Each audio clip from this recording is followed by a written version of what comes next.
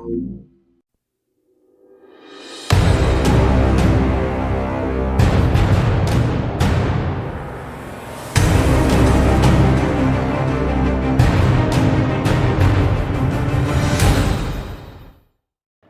good evening, and welcome to the Virtual Racers Club. We're back for the Virtual Racers Club Tournament 2021, the 1v1 tournament. It's a knockout so far. We've seen a round one, and what a blast we had. And now we are moving the tournament on to its quarterfinals. 8 drivers made it this far. We've only 4 continuing on to the next descents, I guess, in the mud with the Toyotas. But first, let us get on with what we have. And in this first lineup, we see Daz in his Renault Megane. They take the same Group 4 car through to the next round versus Homesick Alien in his winning Audi. We're here at Spa-Francorchamps for this first of the quarterfinals. So, without further delay, we should get on. There is Daz on the grid.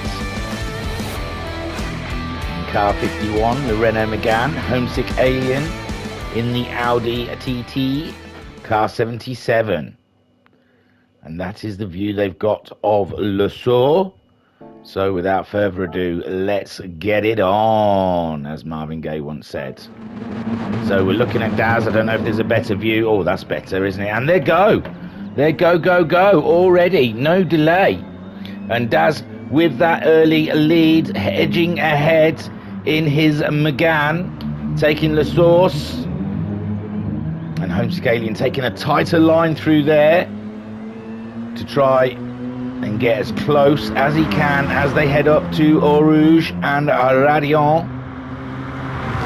And shall we have a look from Homesick's point of view? Sat on board with Homesick Alien knocking I-Bunting out in the first round at the Nürburgring, chasing Daz, who knocked out Jim at Sequoia. Homesick Alien at the moment just edging a little closer to Daz there. Oh, we can see car 51. Oh, and Homesick Alien is nearly upon him at the moment. Unbelievable racing. Oh, Daz on the brakes there. He's gone a bit wide. Oh my lord, that's it. Homesick Alien is through. He's through early doors on lap 1 of this 3-lap race. And he is, there's no stopping Homesick now. Daz is going to have to play catch up from this point onwards. And it's a tall order to do against the Alien. He really makes mistakes. But I saw that, I said that in the first set of rounds. We saw Liam Anfield throw it off. So, anything can happen.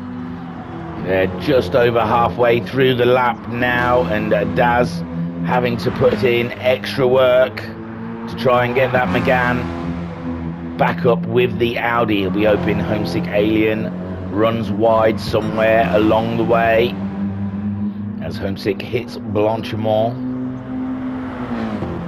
And Daz just has to watch him pull away at this point, I guess.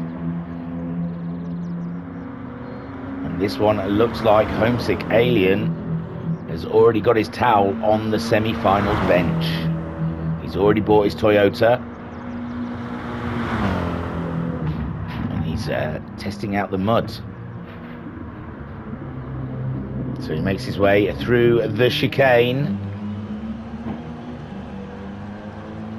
And comes across the start line to complete lap 1 of 3. A 2:30.9 from a standing start. A 2:34.5 from Daz. Daz is going to have to pull all the stops out in this lap now to make up that 4-second deficit he's got on the Alien.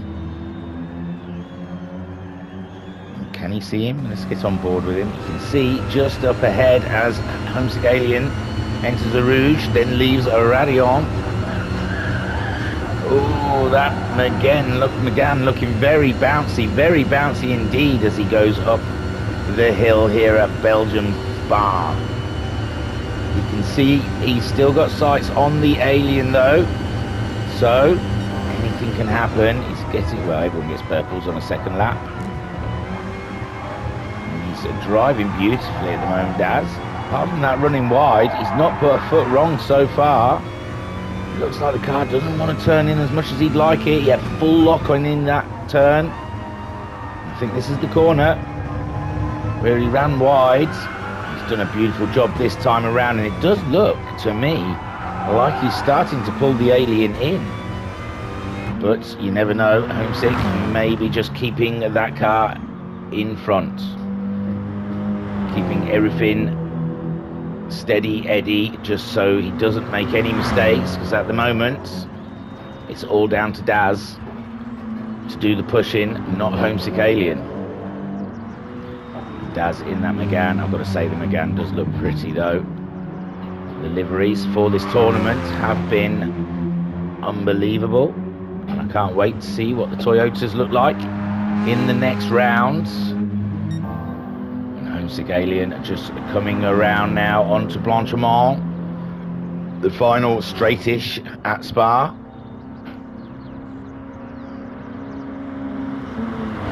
And it looks to me like Homesick Alien has got this one tied up in a neat little bow.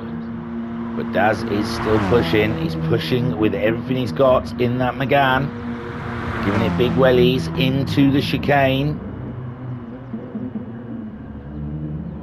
Homesick Alien coming across the start-finish line to complete lap 2 with a 2:27.9. Daz managing a 2:28.5, so a little slower than the Alien on that lap. So the Alien extending the lead that he has so far on this final lap of the knockouts. Daz, like I said, beating Jim to get to this point. Still, can be very proud of the work he's done, but it's not over. You never know. Homesick Alien may still put a wheel wrong, just a wheel over the curb, and that's it. It could be over. We'll have to wait and see. He's still getting purples though. He's still pushing. With Daz chasing him down in the car 51. Little McGann, shorter wheelbase, should be a bit better in steering than the Audi. In the Audi though, very powerful car, very powerful. It's won our last MTCC outing, so a stronger Group 4 car is the Audi indeed. They're on their final lap. Homesick Alien are bringing her around. I can't tell you the corners. I don't want to guess. Daz hunting his prey, hoping Homesick Alien just puts a wheel wrong here. He's caught many a driver out. They can go quite wide there, but Homesick Alien does everything to the book. Hasn't put a wheel wrong so far in this tournament, it seems. Got the jump on eye bunting early doors and left him behind, as he has done with Daz in this race.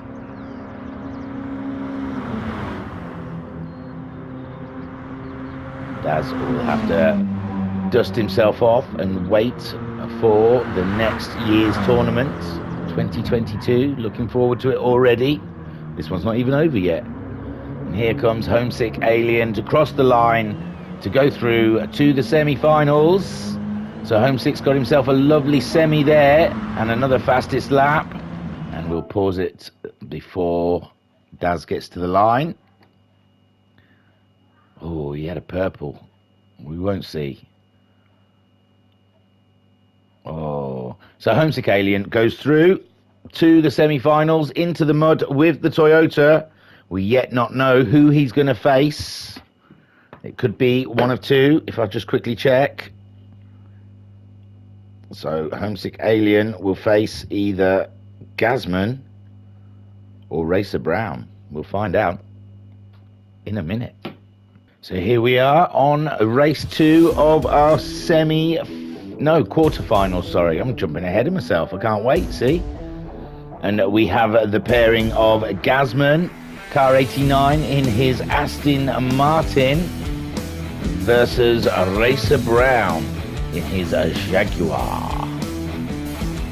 They are racing at Brands Hatch GP. It's a bit of a best of British here, really, isn't it? Gazman knocking out Liam Anfield in his first round, and Racer Brown disposing of the Russian sensation, Sharon. And now they face off on British soil. The two British marquees, but there can only be one that goes through to the semis.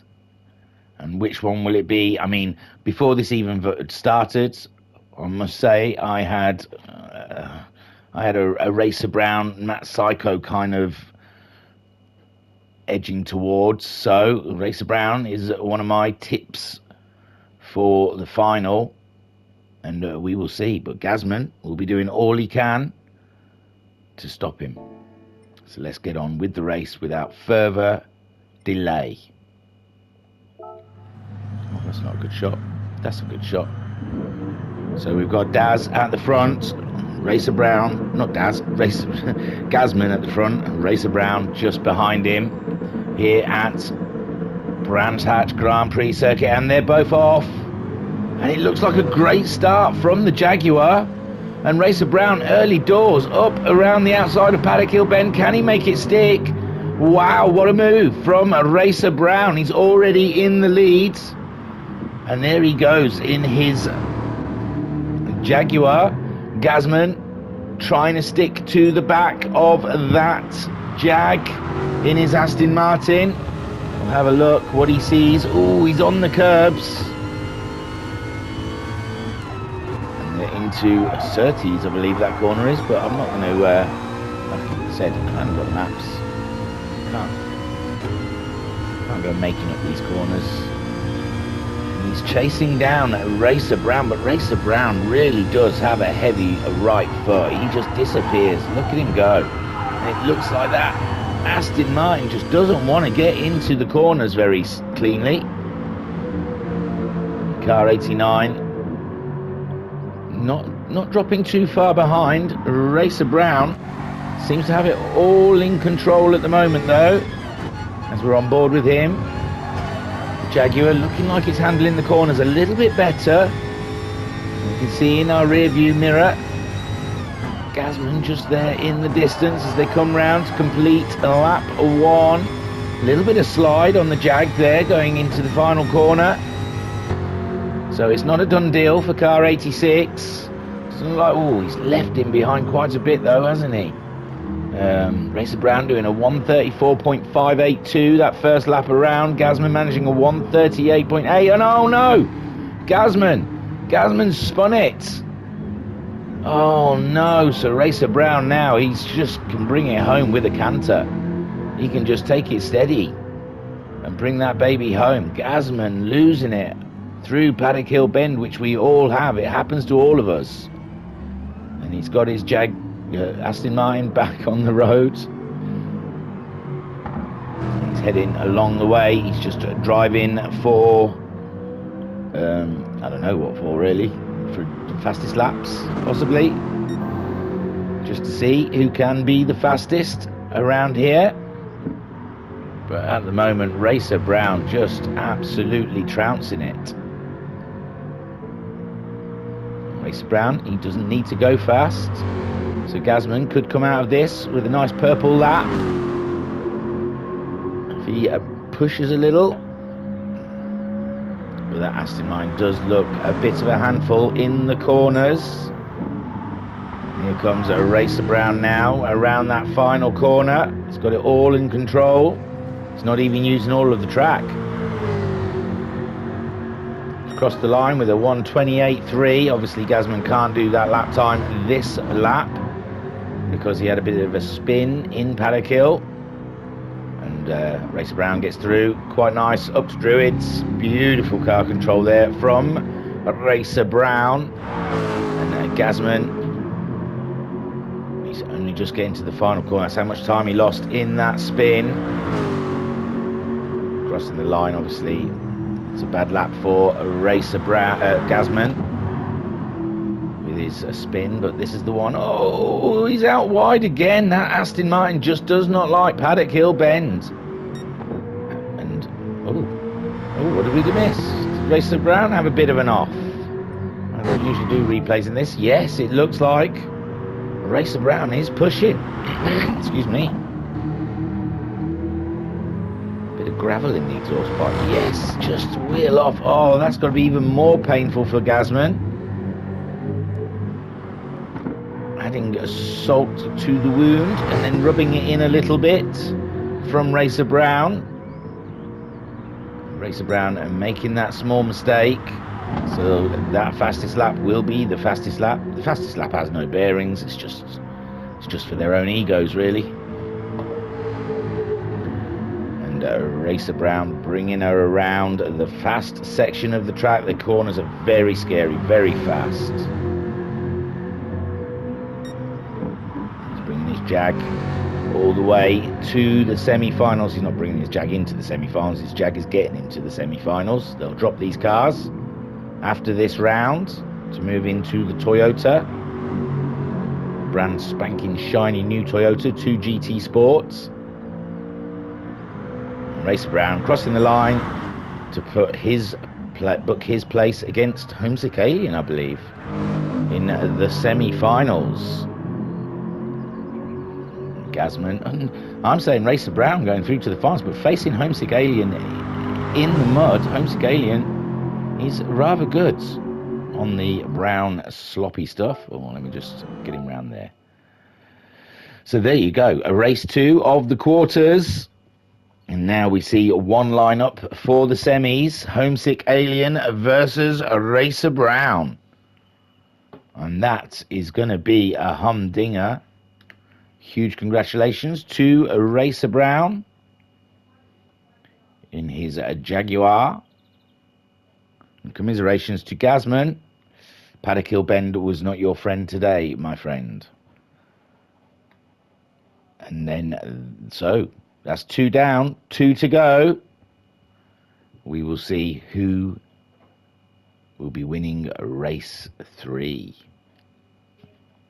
So here we are then on to the third race of the quarter-finals at Mount Panorama at Bathurst, with the pairing of Skyjacker in the Dodge Viper versus Matt Psycho in his Ford Mustang, with Skyjacker getting through the first round against Guesty and Matt Psycho getting past Talleyrand. This should be a very exciting pairing. Car 99 versus car 16 around the mountain in Oz. So without further ado, we will crack on as always as we watch these two sim racers duke it out for 3 laps around the mountain, waiting for the lights to change, holding on to that accelerator there. Skyjacker half, and they were off, and the Ford making a great start. Matt Psycho having a massive jump from the start line, and he's away into Hell's Corner and off up the mountain straight. Skyjacker trying to chase him down. Have a look in Skyjacker's point of view in his Viper, chasing down the Ford as they climb the hill up to Griffin's Bend.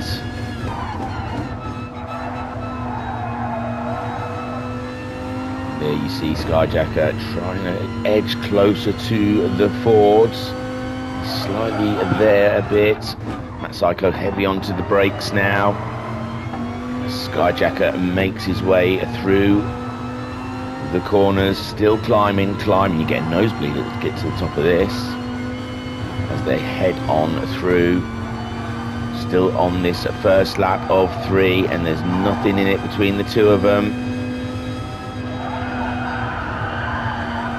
You can hear Skyjacker's tyres screaming as they make their way around, and now the big descend. Ooh, Skyjacker there only just staying in the track limits. And this is where it all costs people in there. Oh, dearie me. So Matt Psycho had a bit of a wobble on, hit the wall, but there was no room for Skyjacker to get past.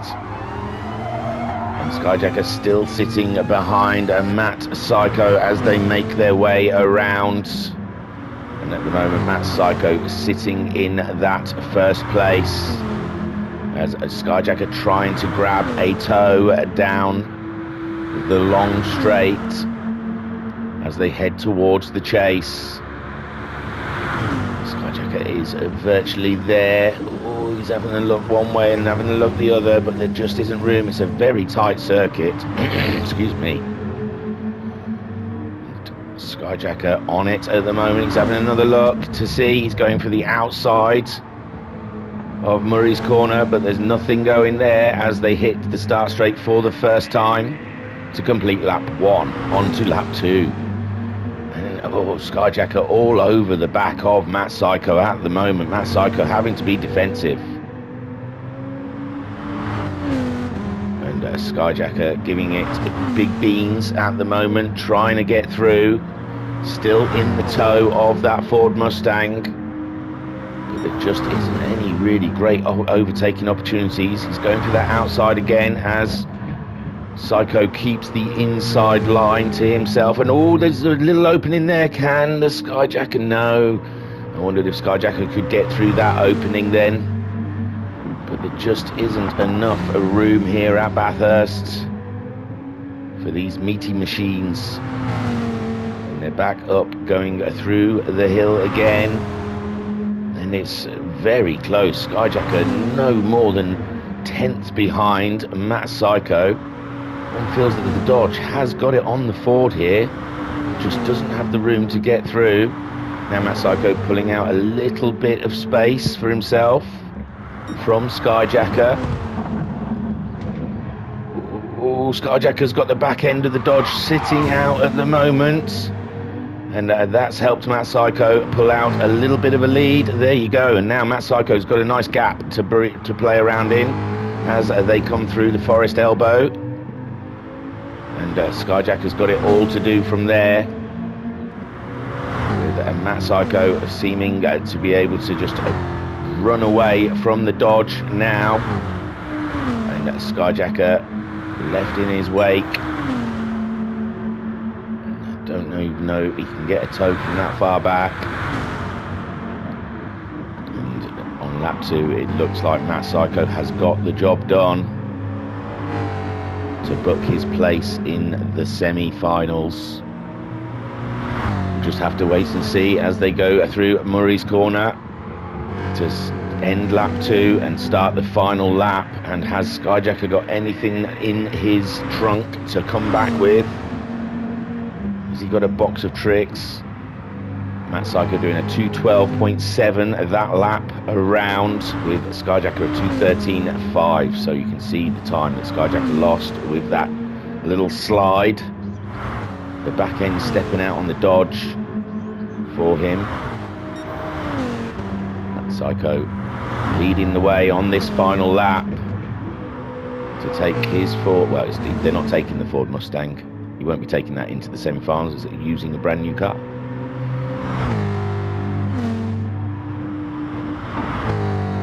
Although, I mean, it's no secret, Matt Psycho, I don't think he's a fan of the mud. He's not keen in racing in dirt tracks. I think he's avoided it before when we had Race of Champions.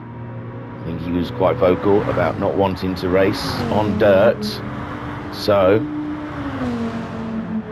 we'll have to see how he does in those semi-finals in the dirt. I don't think we've ever seen him race on mud before, whereas Skyjacker is very good in the mud. But at the moment he needs to get past that Ford Mustang to prove what he can do.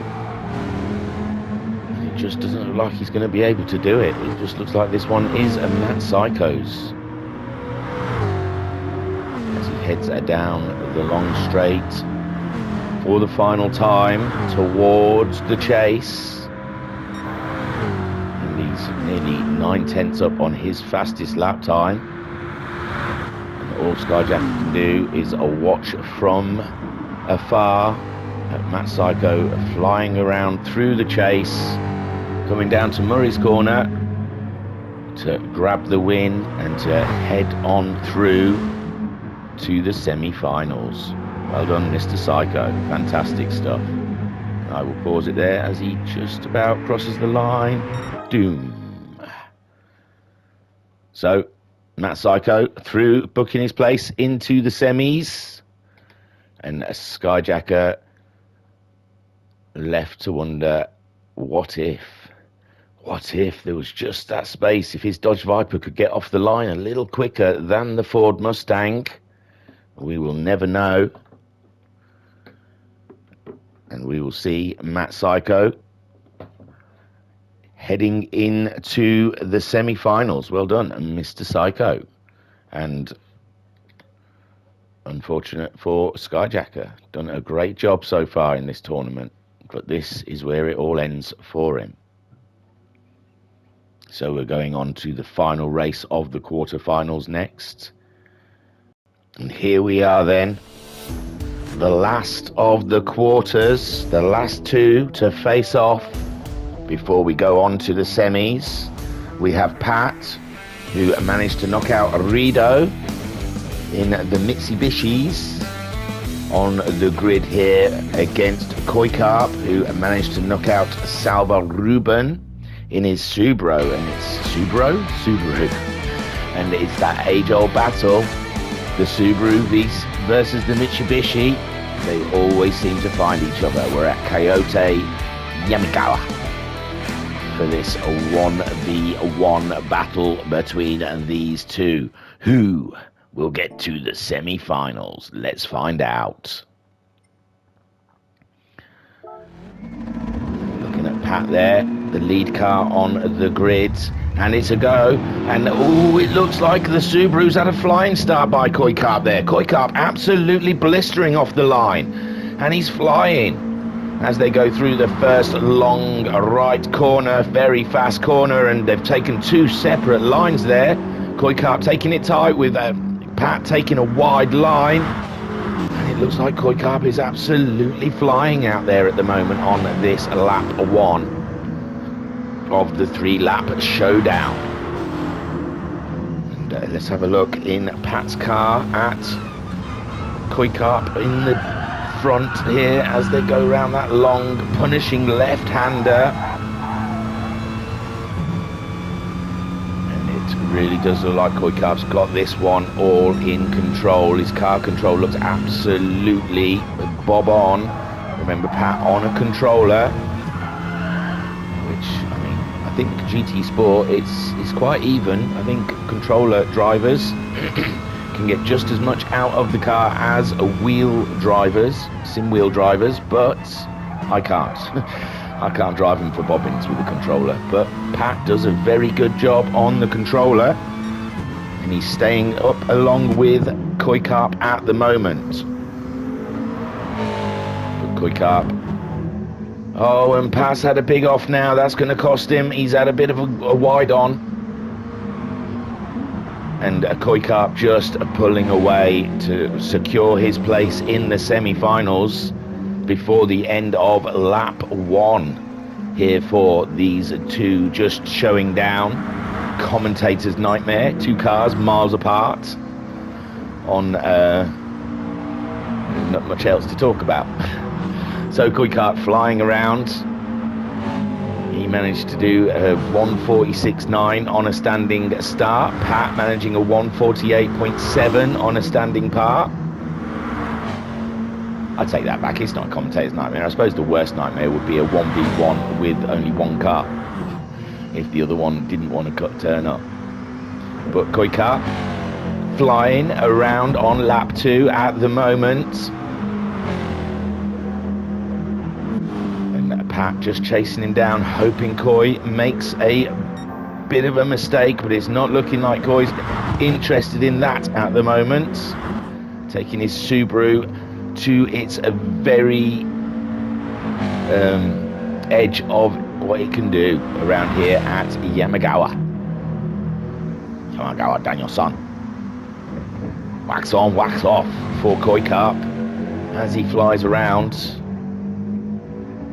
And it's looking like a slam dunk here for Koi Cup. Pat with that small off. Oh, he's still down on Koi Cup's time there on lap 2 in the Mitsubishi. I do like the Mitsubishi though. It is one of my faves.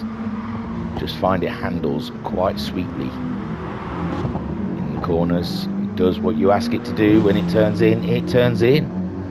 But there you see Koi Cup just crossing the line to start lap 3, the final lap of this quarter final. He's managed a 41.589 and a 43.3 for Pat, but I think we saw he did have a bit of a wobble on. And now they can barely see each other. They're that far apart. So Koi Cup masterfully winning this round. A bit more of a fight in the first round with Ruben, but in the second round he's found his feet and he's coming into form. Koi Cup is one to keep an eye out for. Could be a finalist. He's only got one more round to go before he gets himself into the final. One more man to beat for Koi Cup. It doesn't look like anything's altering here on this final lap. And oh, Pat making a bit of a mess of that corner as well. And that's not going to help him as Koi comes up to the tight hairpin. Heavy on those brakes, into second gear, around. Just on the curb, lovely stuff there. Lovely car control from Koi Cup as he heads up to the left-right combo. Gets through them beautifully as well. And this one, it's got to be said, is a slam dunk. It's got to be a nice easy one there for Koi Cup. Never got really challenged in that one. Just a nice steady drive, but he kept it on the track, and that is the main thing. And Koi Cup is through to the semis, one step closer to the finals. Is Koi Cup going to be our surprise fish in this championship? There he is in his Subaru, and he has done the job here. 2 rounds in, 2 down for Koi Cup. Knocked 2 people out, and he's through to the semi-finals to face, I believe, Matt Psycho. So that's going to be a tough call. And I don't know when the semi-finals is going to be. Hopefully soon, because I am excited about them showdowns. What is it? Homesick Alien? Hang on, I'll get it up on my Discord. I believe we're going to have Homesick Alien versus Racer Brown for one semi-final. And I would say Racer Brown was the favourite in that round, but it's on the mud, which gives it a really uncertainty. And I've seen Homesick Alien in the WRX Challenge. He is good on the mud, so that evens that round up very nicely. And then we've got the other semi-final of Matt Psycho versus Koi Cup, which I've never seen either of them on the mud, I don't think. So you don't know. It could be anyone's to go through to the final. I think I said earlier in the rounds, I thought the final possibly could be a Matt Psycho, a Racer Brown combo, but now I'm not so sure. So that is your semi-finals. So I mean quarterfinals. Oh God. And we are looking forward to what can be a very exciting semi-final and final races. See you there.